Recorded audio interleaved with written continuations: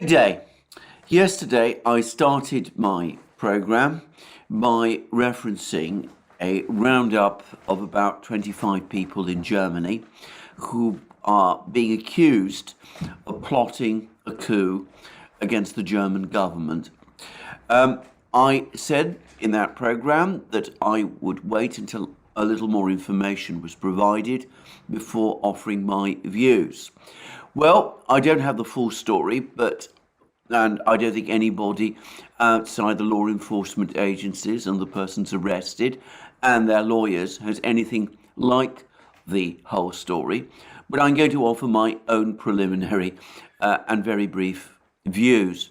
Firstly, I want to just reiterate an important point which much reporting of this incident or alleged incident disregards. This is that anybody accused of a crime is presumed innocent until proved guilty following a trial before a properly constituted court of law. That is a fundamental legal principle. People who are now talking about this coup as something which actually was being prepared perhaps are overlooking that.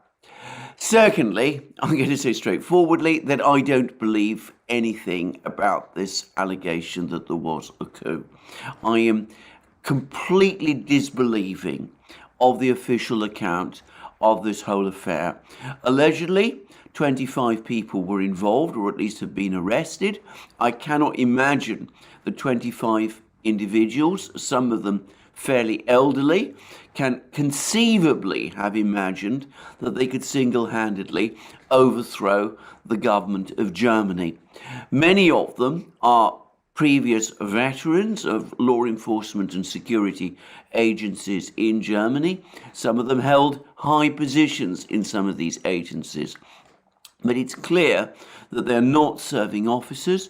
They do not command or control any of these agencies any longer. And I cannot believe that these people, veterans of these sort of organizations, familiar therefore with security issues, could have imagined that they could single-handedly carry out a coup of the sort that's been alleged just by themselves without being able to gain support from the institutions of the German state in order to sort of back this coup up. I suspect that a number of people were talking together, bitterly lamenting the direction the German policy has been taking over the last few months, perhaps years. I think that this is a fairly widespread view amongst people of this kind in Germany. There's always been, if you like, a kind of Prussian opinion about what the proper direction of German policy should be, a Bismarckian one, if you prefer. I suspect that these people lament Germany's involvement in the war in Ukraine, the rupture of relations with Russia, and the extent to which Germany today seems to be subordinating its policies, as they would see it, to those of the United States, the European Union, and NATO. But I suspect it did not go beyond talk. Perhaps there was some talk of a protest at the Reichstag building in Berlin, but I cannot for the life of me imagine that these people were planning or plotting or intending to carry out any sort of coup. It doesn't help that there's suggestions from the German authorities that these people were looking to try to not just overthrow the German government, but were hoping to get support from other governments and even NATO governments, which seems crazy, and I don't believe these people are crazy. But of course, it's been alleged that the government that they were hoping to win over was that of Russia. And again, these people are far too experienced and far too knowledgeable to have seriously believed, or so it seems to me, that the Russian authorities would have any time or give any support to a madcap venture like this, which was certain to fail. It doesn't help that though one particular person who's identified as Russian A woman is supposed to have been in contact with these people. She's given a male first name, or so it seems to me, which does make one wonder about exactly who this person is. And even the German authorities are admitting that the Russians, in no sense, authorized or had any time for this affair. So, to my mind, what this episode shows is the nervousness of the German authorities, the fact that there are lots of criticisms, including within parts of the German establishment, about the policies that the German government has been following, and that perhaps taking their cue from some of the things that have been happening over the last 2 years in the United States, the German authorities are taking preemptive action. So that's my view. Obviously, we only have a very limited amount of information up to now. I'm not going to devote more time to this affair. I'll be following it closely. However, I would say that for a government to talk about a coup being plotted against itself is inevitably going to create nervousness and even instability within a country. And I would have thought that Germany, of all places, would want to avoid that. But there we are. That's the information. That's my opinion. People I've spoken to who are either German or in Germany seem to share the same view of this bizarre affair as I have. That's all I'm going to say about it for the moment, but I do anticipate that I will be returning to this topic in the future. Let me repeat again, these are my opinions, and obviously there are only limited numbers of facts available at the moment. Let us return now to the big topic, the one which explains all the stresses and nervousness and worries that exist in the world, and that of course is the conflict in Ukraine. Now, over the last couple of hours, there's been more reports of more Russian advances in Ukraine, a place which is called, I believe it's called Yakovinka, but I may be getting the name wrong, and if I am, apologies. That's also been captured by the Russians. We're back, by the way, to the situation we had in the first months of the war, up to August, when no day seemed to pass without the Russians reporting an advance and the capture of at least one settlement. We seem to be reverting to that situation. The Russians do seem to be now on the advance everywhere on the front lines in Donbass. And there's an accumulation of reports now that the Ukrainian forces in Kharkiv are becoming increasingly worried, that they're seeing clear signs of the Russians preparing some kind of offensive operation in Kharkiv, perhaps to attack and recapture Kupiansk, perhaps to return Russian forces to the Oskol river line, perhaps to advance even further and retake Izium. Of course, all of this is speculative. We don't know what the Russians are planning in this area, but Patrick Lancaster, who we interviewed in a live stream on the Duran last week, also reported that there are Russian advances in this area, and it does seem as if the balance of forces in the Lugansk, northern Donbass, Kharkiv region has turned. By the way, an official of the Lugansk People's Republic also said as much, and it does seem that the Russians are once more gaining the initiative in this area and are taking the battle increasingly to Ukraine and are no longer just defending. So that's what's going on in that part of the fighting. And there's also been more reports of more Russian advances in Donetsk, of attempts by Ukraine to retake positions near Vuhledar, Pavlovka and all the rest, having been repulsed, with the Ukrainians suffering heavy losses. But of course, the main fight, the main battle continues to be in and around Bakhmut. And we're getting more and more reports about the scale of Ukrainian losses in this area. Now, a ex-US military officer, a US Navy colonel, I presume that means a former Marine colonel, Andrew Milburn, who has been trying to set up an organization to parallel and match the Wagner organization, which the Russians have deployed in Ukraine. He is reported to have said that, or rather to have confirmed that Ukraine is indeed suffering very heavy losses in this area. He apparently has said, I haven't seen the video in which he's reported to have said these things, that reports about Ukrainian units suffering 70% losses are not an exaggeration. And he also is reported to have said that Ukrainian troops thrown into combat, presumably in this area of Bakhmut, the fact that they have little beyond basic training is also true. By the way, General Surovikin, in that interview he gave on Russian television, I think it was about 2 months ago now, said the same thing, that Ukrainian troops that are being thrown into battle, their levels of training are very low, those who have been called up, and of course that is increasing the scale of their losses.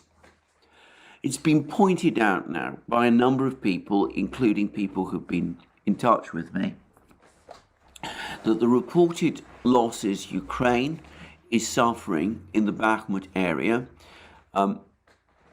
by some Western accounts, by Ukrainian accounts, up to 800 dead and wounded a day in Bakhmut.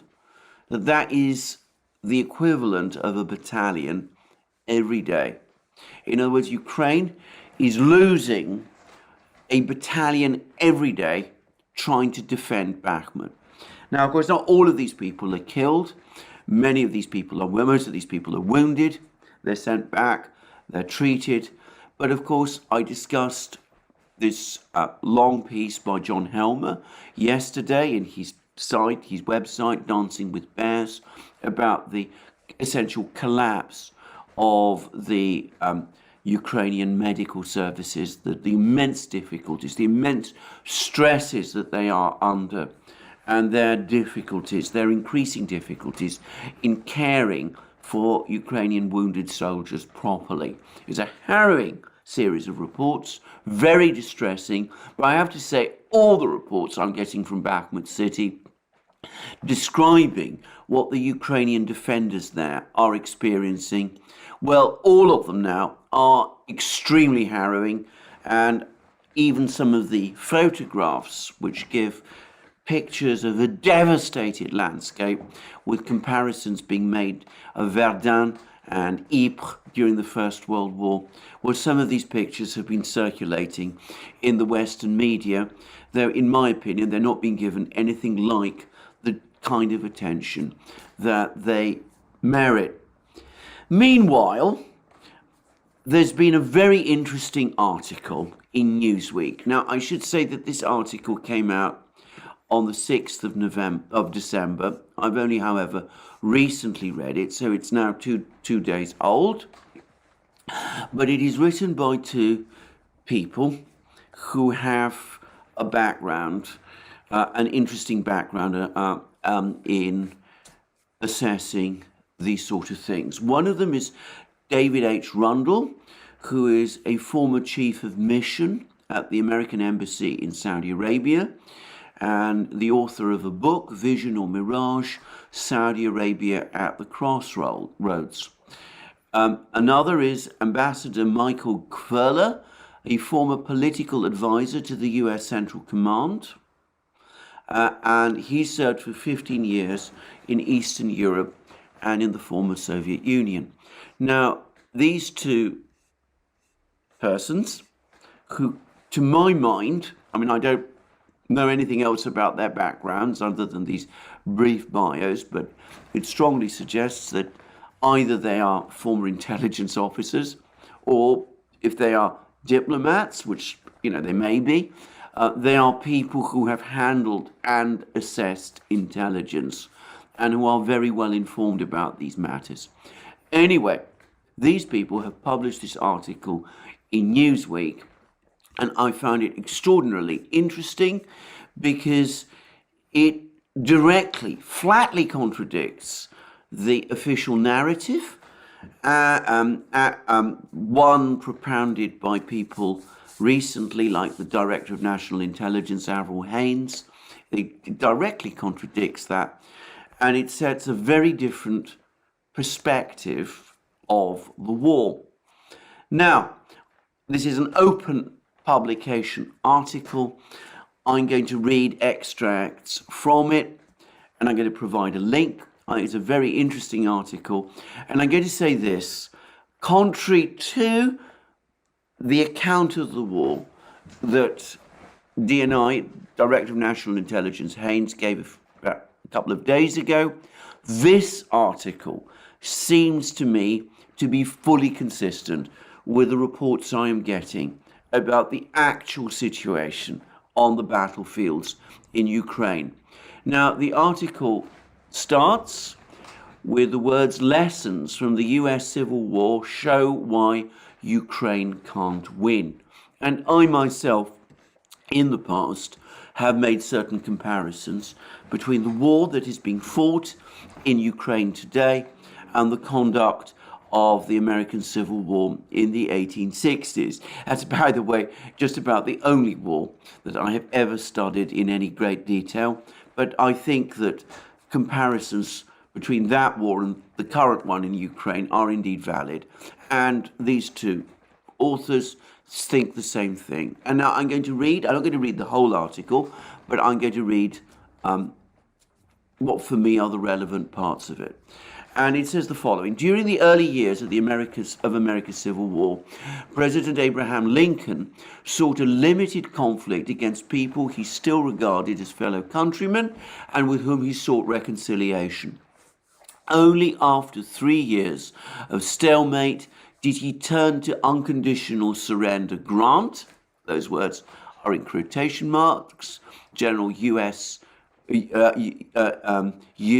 Grant, Ulysses S. Grant, who of course famously at the Battle of Vicksburg came up with a demand for unconditional surrender from the Confederate officer who was defending Vicksburg. Anyway, unconditional surrender Grant, who in turn unleashed General William Tecumseh Sherman to make Georgia howl and help bring the war to its decisively violent conclusion. And the article then goes on to say Russian President Vladimir Putin waited only 6 months before switching from a special military operation to full-scale war against Ukraine. Putin's initial assault was limited to barely 150,000 troops. He expected a quick victory followed by negotiations on his principal concerns: Russian control of Crimea, Ukrainian neutrality, and autonomy for the Russian population in the Donbass. But he was wrong. Putin had not counted on Ukraine's stiff resistance or the West's massive military and economic situation. Faced with a new situation, Putin changed his strategy. Now he's about to unleash his own General Sherman and make Ukraine howl. Now, I should say that I agree with this summary. Not in every detail. I think that these two authors skate over the fact that Putin's initial strategy, as he describes it, expecting a quick victory followed by negotiations on Russian control of Crimea, Ukrainian neutrality, autonomy for Donbass, well, actually independence for Donbass. As I've discussed multiple times, we came actually very close to achieving that in the Istanbul negotiations that took place at the end of March. So, I do want to throw in that qualifier, but in all other respects, I think this summary is basically right. And then it goes on to say this. Last month, Putin gave General Sergei Surovikin overall command of Russia's war in the Ukraine. Surovikin comes from the technologically sophisticated aerospace forces, but has fought on the ground in Afghanistan, Chechnya, and Syria, where he's credited with saving the Assad regime. Surovikin has stated publicly that there will be no half measures in Ukraine. He has begun to methodically destroy Ukraine's infrastructure with precision missile attacks. And well, we've been seeing all of this. And then the article continues. Armies need railroads, and whilst Sherman systematically tore up tracks leading to Atlanta, Surovikin is destroying the electricity grid which powers Ukrainian railroads. I would add that with the weather getting colder, the Ukrainian energy agency Ukrenergo is now saying that the demands on the Ukrainian energy system are becoming greater, even as the damage is also getting greater. And it looks as if the energy system, is going to be under even more strain than Ukrenergo was saying a few days ago. Anyway, to continue. We continue with the article. That's to say the missile attacks on the electricity grid, which powers the Ukrainian railroads, has left Ukrainian cities cold and dark, but Surovikin seems to agree with Sherman that war is cruelty and you cannot refine it. Well, I've discussed all of that before. I've also said that you may start a war with the best of intentions. You may say to yourself that you're going to exercise restraint, but the imperative of avoiding defeat, the imperative of achieving victory, if your opponent resists, will inevitably push you towards more and more ruthless measures. We saw that in the American Civil War, as this article says, and as this article also says, we see that with the action the Russians have taken. And then we continue to read what the article says. Russia has now put its economy on a war footing, called out the reserves and assembled hundreds of thousands of troops. And we've had more information about that from Putin himself, and I will come to that shortly. Assembled hundreds of thousands of troops, including both conscripts and volunteers. Not conscripts, actually, but reservists. But we will let that pass. The army is equipped with Russia's most sophisticated weapons, and contrary to much Western reporting, and by the way, what Director of National Intelligence Haynes has been telling people, it is far from, that's my insert, by the way, that's not in the article about Haynes, is far from demoralized. Ukraine, on the other hand, has exhausted its armories and is totally dependent on Western military support to continue the war. As chairman of the Joint Chiefs of Staff, General Mark Milley noted last week, Ukraine has done about all it can. Once Ukraine's rich black soil has firmly frozen, a massive Russian onslaught will commence. In fact, it has already begun at the important transportation hub of Bakhmut, which has become something of a Ukrainian Verdun. The First World War analogies that many are citing. We expect Bakhmut to fall and predict that without much more Western support, Russia will recapture Kharkiv. Well, they've never actually captured Kharkiv city, but I think they mean the territories in Kharkiv, Kherson, and the remainder of Donbass by next summer. And then the article goes on to make some really important points about the West's, the United States, overcommitment to Ukraine. I'm not going to read the whole entirety of this section. I'm going to provide a link to the article. You can read it all there for yourselves. But this is what the article goes on to say, as the West did in Vietnam, Afghanistan and Iraq, we are stumbling into another optional open-ended military commitment. Ukrainian troops are being trained in Europe. Western defense contractors are already maintaining Ukrainian military equipment and operating the HIMARS missile system. That's an interesting throwaway comment, by the way. Western contractors are operating the HIMARS missile system. Just say, active duty American military personnel are now in Ukraine to monitor weapons deliveries.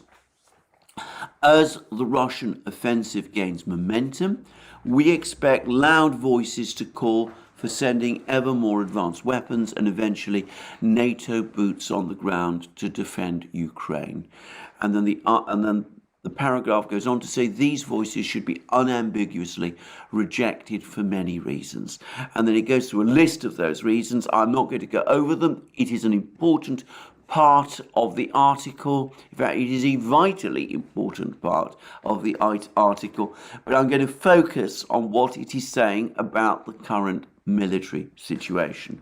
And, well, those were the key paragraphs, but I would not be fair in my reporting of this article if I didn't also mention the important qualifier in the last paragraph, which in describing the military situation says, perhaps we are wrong. Perhaps there will not be a Russian winter offensive, or perhaps the Ukrainian armed forces will be able to stop it. However, if we are correct, and February finds General Surovikin at the gates of Kiev, we need to have soberly considered and honestly debated as a nation and an alliance the extent of our commitment to Ukraine and what risks we are willing to accept to our own security. And I am entirely in agreement with all of that. I would add to this article a point which the article does not make, but which I think is implicit in it, which is the devastation that has been done to Ukraine and the appalling suffering of the Ukrainian soldiers in places like Bakhmut, which I talked about in many programs and which I've touched on briefly in this video. Now, that's an article from these two former retired American officials in Newsweek. And it is consistent with the sort of comments that are also being made by other former intelligence officers. Now, recently, I did a program with Glenn Deason. Glenn Deason, by the way, I want to make it very clear, was the host of that program.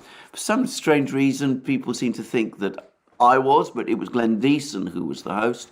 Anyway, Ray McGovern was there, former top analyst of the CIA, person who gave the president, Ronald Reagan, his daily brief, person who understands war to an extent that I cannot, person who understands intelligence and who's actually handled raw intelligence. And he gives his clear view about the situation in Ukraine and the military situation, or so it seems to me. I don't think I'm distorting his words in any way or his opinions in any way. Well, I think it is very much in accord with what these two people who've written this article for Newsweek are saying. And Larry Johnson, by the way, has also made points about the war. And I've noticed that he too, for example, is now making comparisons between the situation Ukraine is in and the American Civil War. Now, Larry Johnson, also ex-CIA veteran, also somebody who's handled intelligence, which is something which I, by the way, have never done, raw intelligence. But he's talked about the devastation that Ukraine is suffering, the fact that the losses Ukraine is suffering, that they bear some resemblance to what was happening in the war. in the American Civil War. The losses that the Ukrainians are suffering are analogous to those inflicted by General Grant upon Ukraine over the course of 1864, and which resulted ultimately in Ukraine's military defeat. So we see intelligence officers, retired intelligence officers, people who perhaps don't always agree with each other and who may have very different perspectives of things. I mean, I know Larry Johnson, I know Ray McGovern individually. I don't know what opinions either person has about the other. I'm not going there. All I am saying is these two people who, by the way, unlike many of these intelligence officials, White House officials who brief the media, McGovern, Johnson, the two people who've written this article for Newsweek, who may, of course, not be former intelligence officers, I don't know, but all of them are going out publicly on the record. They're telling us what they think. They're explaining the reasons why they think what they do. And I think we should take them seriously. Now, and as I've said already, it is consistent with the reports I'm getting about the situation on the battlefields from both Russian and, by the way, Ukrainian sources. Now, I do wonder whether this article that's appeared in Newsweek, and this is a guess, and, again, I don't want to force my opinions here on people or perhaps misrepresent things. I misrepresent the intentions of the authors of this article.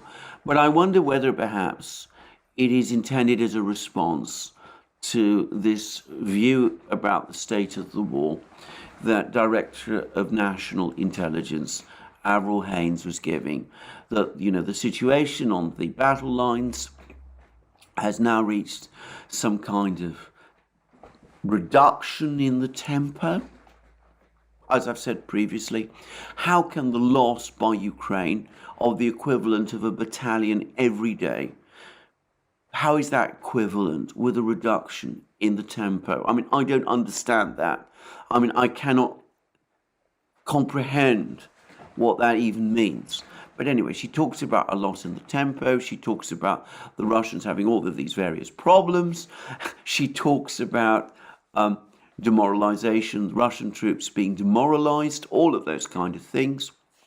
I wonder whether there's some kind of an argument within the intelligence agencies of the United States going on. Larry Johnson has spoken about a major problem with US intelligence. He suggested that US intelligence, instead of getting information or collecting information itself, is now depending far too much on its allies, Britain, Poland, perhaps Ukraine itself, to collect and analyze information for it. And that may explain why so many misconceptions about the situation on the battlefields exists. I'm just reporting that seems to be very likely. But I wonder whether Haines is coming out saying what she is saying, because more and more people within the US intelligence community are actually expressing their doubts, communicating doubts of the sort that the two authors of the Newsweek article have expressed, and which of course are consistent with the openly expressed views of retired persons like Larry Johnson, Ray McGovern, Scott Ritter, also an intelligence officer. Let us never forget all of those people. So maybe there is a debate going on, and it's very interesting again how these particular authors of that article for Newsweek are now warning against further US investment in Ukraine, how they're saying that under no circumstances should the United States do all of those things that they warn against, send more sophisticated weapons, send troops on the ground to Ukraine, try to somehow reverse the course of a losing war. Implicit in all of this is a recognition that there needs to be some kind of diplomatic process, very difficult now for reasons I'm going to come to try to bring this war to some kind of conclusion, even if from a Western point of view, it is going to be a very unsatisfactory one, with the Russians left in control of a great deal of what was once Ukraine, and with what is left of Ukraine devastated and broken, and quite likely also in time falling under Russian influence. But I'm not going to discuss this further in this program. I do wonder, however, whether in the subterranean depths of the American intelligence world, and perhaps amongst the military, it's interesting that the authors of that Newsweek article are referring to General Milley's comments about Ukraine having done all it can do, whether in fact that debate is now underway, and I do wonder whether Haynes's comments were some kind of an attempt to silence or close down that debate by restating publicly the orthodoxy. Well, we will see. What I will say is that we've now had observations about what is going to come in the war and about the nature of the mobilization from the top source in Russia, from President Putin himself. Now, Putin has just had a very big meeting with people of what used to be called his Human Rights Council, though it's now been very extensively reorganized. There was a lot of discussion about many things, and it's an interesting discussion in itself, and perhaps one that would merit its own program. One of the things that the various people over the course of that discussion discussed at great length, by the way, is the persistent shelling of Donetsk city by Ukraine, shelling which they say is indiscriminate. And, well, of course, Patrick Lancaster, who, again, we interviewed on a live stream a short time ago on the Duran, he's corroborated the fact that there is indeed shelling of Donetsk, ongoing shelling of Donetsk, and he has described some of the effects of that. Anyway, Putin and these people on this council were talking a great deal about that. They also talked about the way in which this shelling of Donetsk isn't discussed in the West, including by the various human rights agencies there. There was an interesting discussion.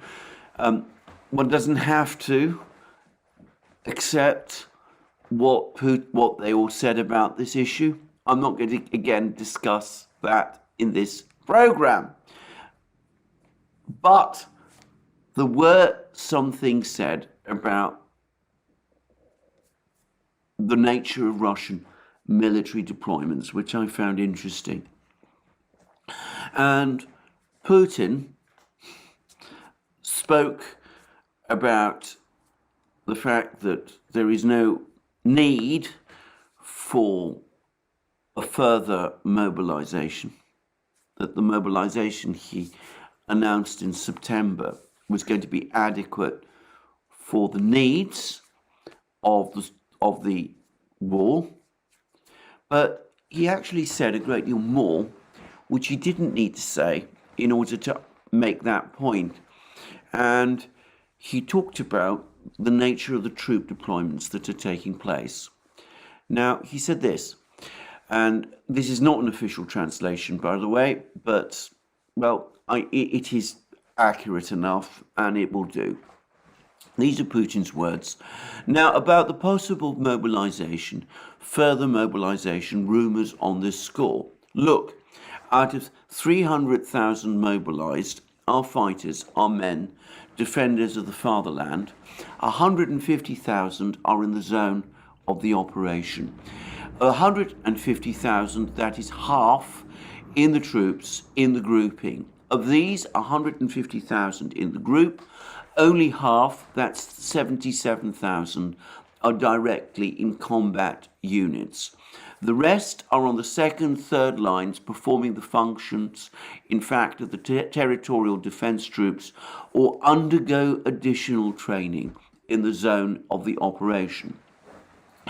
About 150,000, that is half of all mobilized citizens, are not in the group at all. They are still at the training grounds and in the training centres of the Ministry of Defence, where they receive additional training. If I can say so and call it that, it is the so-called combat reserve. Half of all mobilised, 150,000. Under these conditions, talk about some additional mobilisation measures simply does not make sense, and there is today no need for this, and the ministry, and so state the Ministry of Defence. And then Putin went on to talk about the duration of the war and the fact that there's been some people who are saying that it's going on for a very long time. And Putin said, I understand. As for the long process, of course, this is a long process, maybe, but then you mentioned that new territories have appeared. This is still a significant result for Russia and is a serious issue. And to be honest, the Sea of Azov has become the inland sea of the Russian Federation. These are serious things. And then he goes on to say Peter the Great, calls him Peter the First, was still struggling to reach the Sea of Azov. And the most important thing is the people who live in all these territories. Now, I'm going to come to what he says about the long duration of the war shortly. But the most interesting thing is what he says about all of these various troop deployments.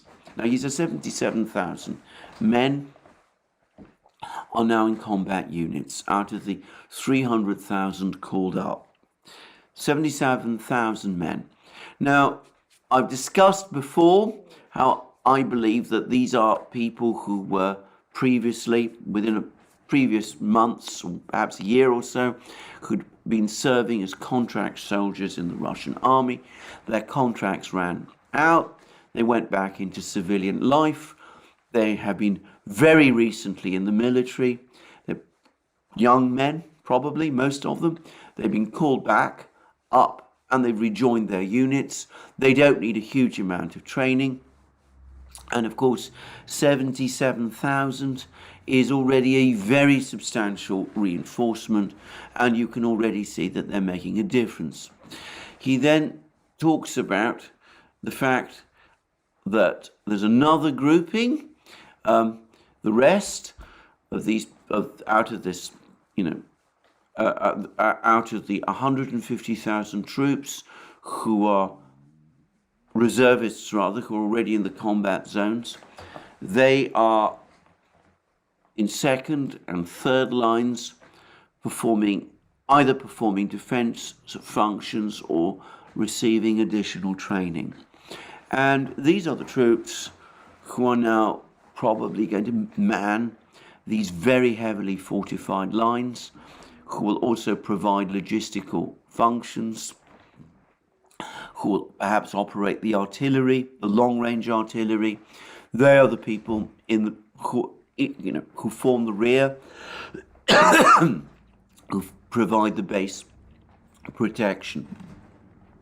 And by the way, the Ukrainian military has said that the deployment of these 70,000 plus reservists, the second line reservists, has released more combat proficient units of the Russian military to join the Russian military on the front lines, and that has further enhanced the Russian forces, the strength of the Russian forces in Donbass. And as I said, we're already starting to see the effect of all of this. But it's what Putin said about the fact that there's another 150,000 men being held in reserve and who are still undergoing training that I found most interesting. I'll just repeat his words again. Another 150,000, that is half of all mobilized citizens, are not in the group at all. They are still at the training grounds and in the training centers of the Ministry of Defense, where they receive additional combat training. If I can say so and call it that, it is the so-called combat reserve. Half of all mobilized 150,000. So, 150,000 men are being held back. They're being trained. To what purpose? Well, I am going to make a guess, and it's not here, just a guess, because there's actually been some reporting about this, and there's been some suggestions that these people, these additional reservists, to include officers, are being used to create new units, new tank and armored units. And this is indeed a powerful reserve force which is being built up. And I wonder to what end. And I'm going to suggest that this is a major armored punch. I talked in another program, I think, about the fact that the Russians in the past historically have had the operational doctrine of deep battle.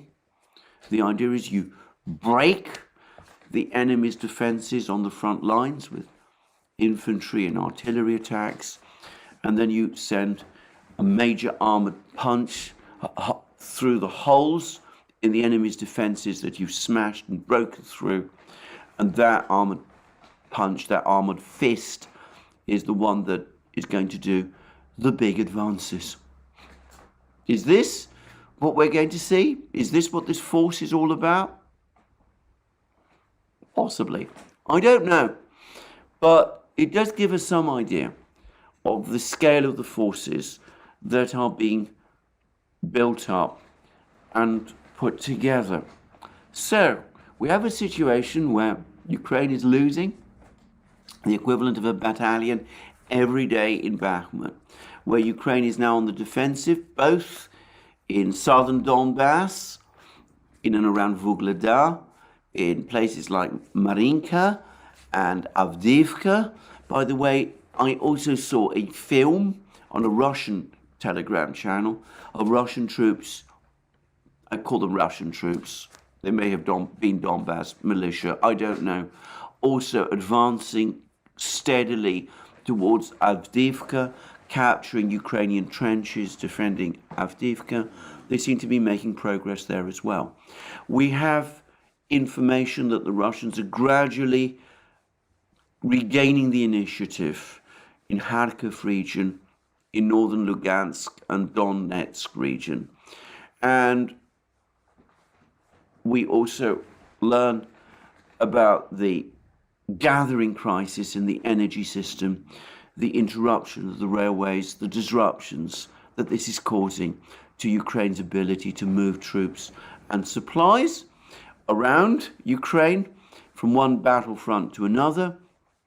And also, we hear increasingly about the depletion of Western armories, and we've had a very powerful warning from these two authors in Newsweek about the perils of overcommitment, of an overextended commitment to Ukraine, of the enormous dangers of sending boots on the ground and things of that sort. So, all the darkening picture for Ukraine, for its Western sponsors, and one I have to say that they have brought about and which they don't yet, and for the moment, seem to have any real rational response to. Well, I've discussed all of this in many programs. Again, I'm not going to return there. Now, this is the major topic. These are the major topics I wanted to discuss in this program. But before I end this program, I do want to return to an important topic, which was the missile strikes that Ukraine launched against the two big Russian air bases, Engels in Saratov region and the other base in Ryazan region. Now, I want to say that there were other Ukrainian attacks. There was a Ukrainian attack or attempted attack with drones on a base in Crimea on the following day. That was completely unsuccessful. All the drones were detected by the Russian air defenses and shot down long before they got to the base. I don't think, by the way, that they were these Tupolev Strij drones. And there was another attack on an air base in Kursk region. Now, I want to just touch on that one. I would say, first of all, that the airfield that was attacked in Kursk region is not a classic Soviet or Russian air base. It was an airfield which in the past has been used for both civilian and military purposes. So it's a civilian airfield which was also used for military purposes. Over the course of this conflict, the Russian military now has taken it over, but it doesn't have probably some of the elaborate defenses or that one would expect proper, military bases like, say, Engels to have. Now, I ought to say, if you travel around Russia, which I have done, one of the things you find is that many civilian airfields and airports actually do have this, to a Western eye, rather strange hybrid use. I've seen for myself how civilian airports in, say, a place like Perm in the Urals, where, civilian aircraft take on, pass and, travel through. Well, you find in a parking area not far from the main runway, you find, as I remember seeing, a whole row of MiG-31 fighter jets. It's not uncommon to see that in Russia. The Soviet Union, there wasn't quite the same rigid division between civilian and military air bases and airfields that you see in the West, or that we have in the West. So Kursk was historically one of these hybrid bases. It's now, as I said, run by the military. It probably doesn't have the kind of elaborate defenses that other bases do.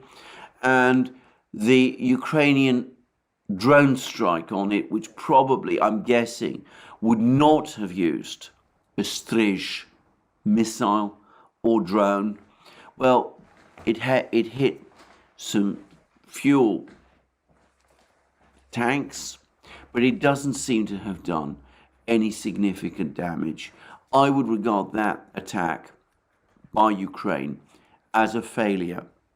But coming back to the much more serious attacks on Engels, on the bases on the Engels base and on the base in Ryazan, I have now received an email from somebody who is unequivocally an expert authority on this issue. I mean, when I say an expert authority, I regard this email as authoritative and definitive. Now, the person who sent it is clearly an expert. It was a private email. I'm not going to read from it. I'm not going to disclose anything that I hope that might identify this person. What I will say is this. This person has made the point that Strij drones are actually quite sophisticated, that they're quite small, that they're not easy to detect at all. Certainly, that it would be very difficult to detect by ground radars. They can be detected by AWACS aircraft, and Russia does have some AWACS aircraft, though not in the numbers that NATO does. But this person pointed out that AWACS aircraft, the A-50 mainstay that the Russians use, it's probably been assigned to other locations, to perhaps the Belarus border, other places.